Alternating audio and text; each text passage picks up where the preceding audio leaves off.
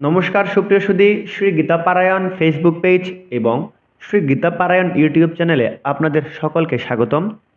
আজকে আমরা এই ভিডিও থেকে শ্রীমদ্ ভগবদ্গীতার প্রথম অধ্যায়ের ষষ্ঠ থেকে দশম শ্লোক অবগত হব। যদিও এর পূর্বের ভিডিওতে আমরা শ্রীমদ্ ভগবদ্গীতার প্রথম অধ্যায়ের প্রথম 5টি শ্লোক সম্পর্কে অবগত হয়েছিলাম। তো যারা যারা এর পূর্বের শ্লোকগুলি দেখেননি, অবশ্যই উক্ত পেজে উক্ত চ্যানেলে আপলোড করা হয়েছে, কৃপাপূর্বক দেখে আসবেন, শত দ্বারাই বিকশিত হবেন। আর আমি কথা দিচ্ছি, আপনারা যদি এই ভিডিওটি শেষ পর্যন্ত দেখেন, শ্রীমদ্ ভগবদ্গীতার প্রথম অধ্যায়ের ষষ্ঠ থেকে দশম শ্লোক খুবই সহজে উচ্চারণ তথা পাঠ করতে পারবেন। চলুন আমরা মূল পাঠে মনোনিবেশ করি। পূর্বের ভিডিওতে আমি শ্রীমদ্ ভগবদ্গীতার প্রথম 5টি শ্লোকের উচ্চারণ সম্পর্কে অবগত করেছিলাম। আজকে 6 থেকে 10টি শ্লোক আমরা অবগত হব। তার পূর্বে একটি বিষয় আমি আপনাদের সকলকে অবগত করতে চাই। উক্ত শ্লোকগুলি কিন্তু অনুষ্টুপ ছন্দে রচিত, অর্থাৎ প্রথম অধ্যায়ে সকল শ্লোক অনুষ্টুপ ছন্দে রচিত। অনুষ্টুপ ছন্দ সম্পর্কে যদিও এর পূর্বের ভিডিওতে আলোচনা করেছিলাম, তাও আজকে একটু আলোকপাত করার চেষ্টা করছি। অনুষ্টুপ ছন্দ হচ্ছে বৈদিক সাহিত্যের 3য় নাম্বার ছন্দ। অনুষ্টুপ ছন্দে রচিত শ্লোকগুলি 2টি ছত্রে বিভক্ত থাকবে। প্রতিটি ছত্রে 16টি করে অক্ষর থাকবে। পাঠ করার ক্ষেত্রে আমাদের 8 অক্ষর পরপর ছেদ করে পাঠ করতে হবে। তো চলুন শ্রীমদ্ ভগবদ্গীতার প্রথম অধ্যায়ের ষষ্ঠতম শ্লোকটি অবগত হই। ইউধা মন্যুশ্চ বিক্রান্ত 8।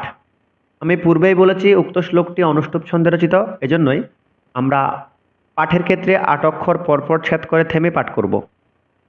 ইউধা মন্যুশ্চ বিক্রান্ত 8। পরবর্তী অংশে যাচ্ছি। উত্তমৌজাশ্চ বীর্যভান। পুনরায় বলার চেষ্টা করছি।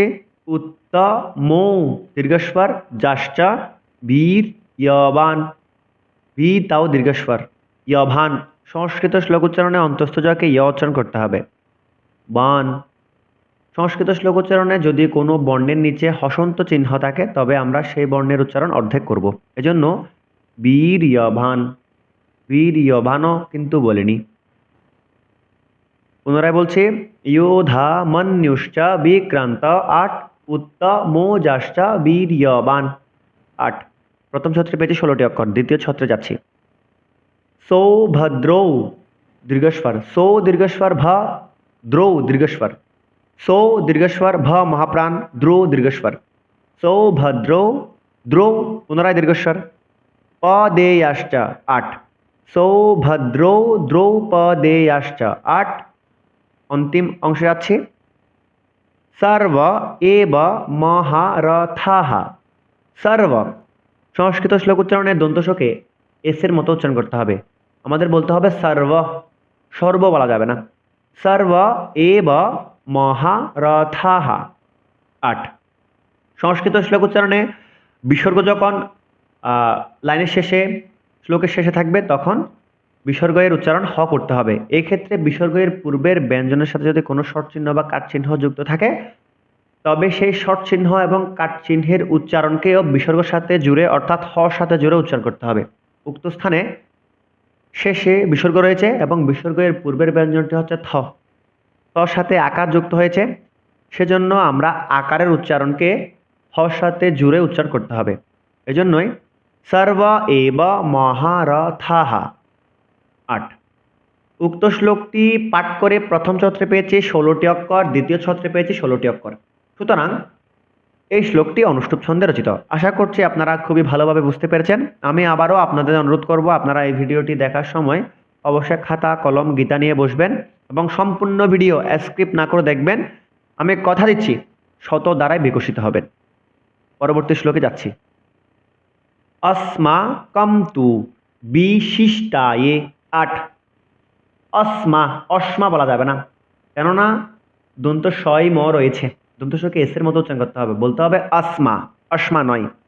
अस्माकं অনুসার যখন কোনো শব্দের পরে থাকবে, অনুসারের উচ্চারণ ময় হসন্ত করতে হবে।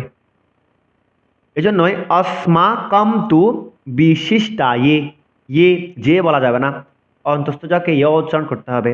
8 পরবর্তী অংশে যাচ্ছি, তান্নি বৌধ দ্বিজোত্তম।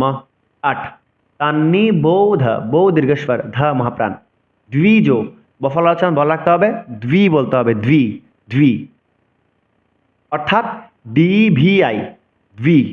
আশা করছি আপনারা বুঝতে পেরেছেন। পুনরায় বলছি, अस्माकं तु विशिष्टाये तान्निबोध द्विजोत्तम। 8, পরবর্তী অংশে যাচ্ছি, नायका मम सन्न्यस्य। नायका मम सन्न्यस्य, नायका मम सन्न्यस्य। 8, अंतिम अंश, संज्ञार्थं तान् ब्रवीमीते। 8, संज्ञार्थं तान् ब्रवीमीते।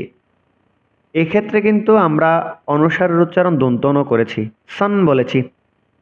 সংস্কৃত শ্লোক উচ্চারণে অনুসার দুভাবে ব্যবহৃত হয়, প্রথমত শব্দের শেষে, দ্বিতীয়ত শব্দের মাঝখানে। যদিও উক্ত বিষয়টি আমি পূর্বের ভিডিওতে আলোচনা করেছি, আপনারা যারা যারা ওই আলোচনাটি সম্পূর্ণ দেখতে চান অবশ্যই পূর্বের ভিডিওটি অবলোকন করুন। পুনরায় বলছি, সংস্কৃত শ্লোক উচ্চারণে অনুসার দুভাবে ব্যবহৃত হয়, প্রথমত শব্দের শেষে, দ্বিতীয়ত শব্দের মাঝখানে। যদি শব্দের শেষে বসে তবে অনুসার উচ্চারণ ময় হসন্ত করতে হয়। আমি পুনরায় বলছি, অনুসার যখন কোনো শব্দের শেষে বসবে তখন অনুসারের উচ্চারণ ময় হসন্ত করব। আর যদি অনুসার মাঝখানে বসে সেক্ষেত্রে অনুসারের উচ্চারণ কীরূপ হবে সেটি সম্পূর্ণরূপে নির্ভর করবে অনুসারের পরের ব্যঞ্জনটির ভিত্তিতে। আমি আবারও বলছি, অনুসার যখন কোনো শব্দের মাঝখানে বসবে সংস্কৃত শ্লোক উচ্চারণে, সংস্কৃত শ্লোক উচ্চারণে অনুসার যখন কোনো শব্দের মাঝখানে বসবে তখন অনুসারের উচ্চারণ কীরূপ হবে সেটি সম্পূর্ণরূপে নির্ভর করবে অনুসারের পরের ব্যঞ্জনটির ভিত্তিতে। এক্ষেত্রে আমরা দেখতে পাচ্ছি অনুসারের পরের ব্যঞ্জনটি বর্গীয় জ আর নিয়োজকে গঠিত একটি যুক্তাক্ষর, অর্থাৎ আমরা ধরেই নিতে পারি অনুসারের পরের ব্যঞ্জনটি বর্গীয় জ। এখন আমি পূর্বের ভিডিওতে বলেছি, আবারও একটু করে বলার চেষ্টা করছি, অনুসার যখন মাঝখানে বসবে এবং অনুসারের পরের ব্যঞ্জনটি যদি বর্গীয় বর্ণ হয় তবে যেই বর্গের বর্ণ বসবে সেই বর্গের নাসিক্য উচ্চারণ করতে হবে অনুসারের। আমি পুনরাবৃত্তি করার চেষ্টা করছি, অনুসার যখন কোনো শব্দের মাঝখানে বসবে সেক্ষেত্রে অনুসারের পরের ব্যঞ্জনটি যদি বর্গীয় ব্যঞ্জন হয় তবে অনুসারের উচ্চারণ সেই বর্গের নাসিক্য উচ্চারণ করতে হবে।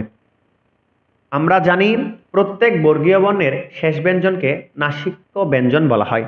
যেমন ক বর্গীয় ধ্বনির নাসিক্য ব্যঞ্জন হচ্ছে উ এবং চ বর্গীয় ধ্বনির নাসিক্য ব্যঞ্জন হচ্ছে নিয়। তো উক্ত স্থানে আমরা দেখতে পাচ্ছি চ বর্গীয় ধ্বনি, কেননা চা, ছা, যা, যা, নিয়। তাহলে সূত্র অনুসারে অনুসারের উচ্চারণ হওয়ার কথা নিয়ের মতো, কিন্তু আমরা নিয়ের মতো করতে পারবো না, আমাদের নিয়ের আনুনাসিক উচ্চারণ করতে হবে।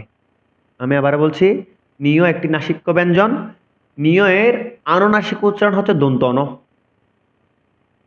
এজন্য আমাদের এই অনুসার উচ্চারণ করতে হবে দন্তনের মতো। এজন্য আমরা করেছি সংজ্ঞার্থম তান ব্রবীমিতে, কেননা নিয়টি এখানে স্বাধীনভাবে বসেনি। যখন নিয় স্বাধীনভাবে না বসে কোনো একটি যুক্তাক্ষরের পিঠে বসবে, কোনো একটি বর্ণের পিঠে যুক্তাক্ষর হিসেবে বসবে, তখন নিয়ের আনুনাসিক উচ্চারণ করতে হবে। এজন্য এখানে আমরা নিয়কে স্বতন্ত্র উচ্চারণ না করে নিয়ের আনুনাসিক উচ্চারণ নয় হসন্ত ন করতে হবে। এজন্য সংজ্ঞার্থম তান ব্রবীমিতে, বি দীর্ঘস্বর, 8 অক্ষর। আশা করছি আপনারা বুঝতে পেরেছেন। এই শ্লোকটি পাঠ করে প্রথম ছত্রে পেয়েছি 16টি অক্ষর, দ্বিতীয় ছত্রে পেয়েছি 16টি অক্ষর। সুতরাং এই শ্লোকটিও অনুষ্টুপ ছন্দে রচিত। পরবর্তী শ্লোকে যাচ্ছি। আপনারা কিন্তু অবশ্যই গীতা খাতা কলম নিয়ে এই ভিডিওটি সম্পূর্ণ দেখবেন। কোনো কিছু না বুঝলে আমাকে সরাসরি কমেন্ট বক্সে লিখবেন, আমি আমার নিমিত্ত জ্ঞানে সমাধান দেওয়ার চেষ্টা করব। ভবান ভীষ্মশ্চ কর্ণশ্চ। 8, ভবান ভীষ্মশ্চ কর্ণশ্চ। 8, কৃপশ্চ সমিতিঞ্জয়ঃ। 8, উক্ত ছত্রের শেষে বিসর্গ রয়েছে, এজন্য আমাদের হ উচ্চারণ করতে হবে। আমি পুনরাবৃত্তি করছি, ভবান ভীষ্মশ্চ কর্ণশ্চ কৃপশ্চ সমিতিঞ্জয়ঃ। 8, পরবর্তী অংশে যাচ্ছি। अश्वत्थामा विकर्णश्च 8 अश्वत्थामा विकर्णश्च 8 सौमदत्तिस्तथैव च 8 सौमदत्तिस्तथैव च 8 উক্ত শ্লোকটি পাঠ করে আমরা প্রথম ছত্রে পেয়েছি 16টি অক্ষর, দ্বিতীয় ছত্রে পেয়েছি 16টি অক্ষর। সুতরাং এই শ্লোকটি অনুষ্টুপ ছন্দে রচিত। এবার পরবর্তী শ্লোকে যাচ্ছি। অন্যৈ চ বহবশ শূরাঃ। দেখুন, অন্যৈ চ বহবশ শূরাঃ, এখানে কিন্তু আমি বহবশ বলেছি। সংস্কৃত শ্লোক উচ্চারণে বিসর্গ তিনভাবে ব্যবহৃত হয়। প্রথমত, শ্লোকের শেষে, লাইনের শেষে ছন্দের গঠন অনুসারে অনুষ্টুপ ছন্দ হলে 8 অক্ষরের পরে, ত্রিষ্টুপ হলে 11 অক্ষরের পরে, গায়ত্রী হলে 8 অক্ষরের পরে, জগতী হলে 12 অক্ষরের পরে।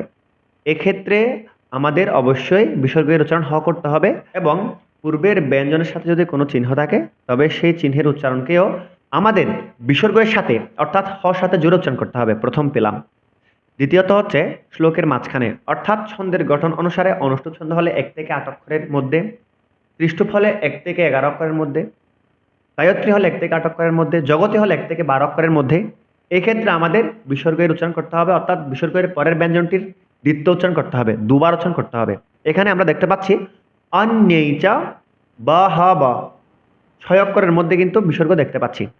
এক্ষেত্রে আমাদের পূর্বেই পড়েছি যেহেতু বিসর্গ মাঝখানে রয়েছে, অনুষ্টুপ ছন্দ হলে 1 থেকে 8 অক্ষরের মধ্যে বিসর্গ থাকলে পরের ব্যঞ্জনটির দুবার উচ্চারণ করতে হয়। এক্ষেত্রে আমাদের বিসর্গের পরের ব্যঞ্জনটি হচ্ছে তালবশ, তালবশকে দুবার উচ্চারণ করতে হবে এবং আমাদের মনে রাখতে হবে যে বর্ণটিকে আমরা দুবার উচ্চারণ করব সেই বর্ণের উচ্চারণে প্রথমবারে অর্ধেক করতে হবে। যেমন অন্যৈ চ বহবশ, বহবশ নয় কিন্তু বশ। অন্যৈ চ বহবশ শূরাঃ, শূরাঃ বললাম। সচরাচর সংস্কৃত শ্লোক উচ্চারণ হ কখন উচ্চারণ হয়? যখন বিসর্গ থাকে। আপনারা হয়তো লক্ষ্য করেছেন আমি 3 ভাবে বিসর্গের ব্যবহার বলেছি, আমি কিন্তু 2 ভাবে আলোকপাত করেছি, 1 ভাগে এখনো রেখে দিয়েছি। প্রথমবার বলেছি শ্লোকের শেষে, লাইনের শেষে, তারপর মাঝখানে বলেছি, অর্থাৎ তারপরেরটা শ্লোকের মাঝখানে বলেছি। তৃতীয় নাম্বারটা হচ্ছে লুপ্ত থেকে। ছন্দের গঠন অনুসারে অনুষ্টুপ ছন্দ হলে অষ্টম অক্ষরে যদি 3 ধরনের স, তালবশ, মূর্ধন্য ষ, দন্ত স, র, ঔকার, এই 5টি বর্ণ বা চিহ্নের মধ্যে যে কোনো একটি থাকলে তারপরে আমাদের বিসর্গের ব্যবহার করতে হবে। আমরা দেখতে পাচ্ছি উক্ত স্থানে অষ্টম অক্ষরে রকে, আমি আগেও বলেছি তালবশ, মূর্ধন্য ষ, দন্ত স এবং র, ঔকার। তবে আমরা দেখতে পাচ্ছি উক্ত ছত্রের অষ্টম অক্ষরে রকে, তাহলে আমরা বিসর্গের ব্যবহার করতে পারি। রর পরে যদি বিসর্গের ব্যবহার করি লুপ্ত থেকে, তবে বিসর্গের জন্য হ উচ্চারণ হবে এবং বিসর্গের পূর্বের ব্যঞ্জন র, রর সাথে আকার রয়েছে, আকারকেও আমরা হ সাথে জোরে উচ্চারণ করব। এজন্যই অন্যৈ চ বহবশ শূরাঃ। 8 দেখুন, অন্যৈ চ বহবশ শূরাঃ, হা সহ কিন্তু অক্ষর গণনা করলে 9 অক্ষর হচ্ছে। সংস্কৃত শ্লোক উচ্চারণে অনুসার, বিসর্গ, লুপ্ত আকার, রেফ এগুলো উচ্চারণ করব কিন্তু কখনো অক্ষর হিসেবে গণনা করব না। এজন্যই অন্যৈ চ বহবশ শূরাঃ। 8 মদর্থে ত্যক্ত জীবিতাঃ। 8 মদর্থে ত্যক্ত জীবিতাঃ। 8 পরবর্তী অংশে যাচ্ছি। নানা শস্ত্র, শস্ত্র, নানা শস্ত্র প্রহরণাঃ।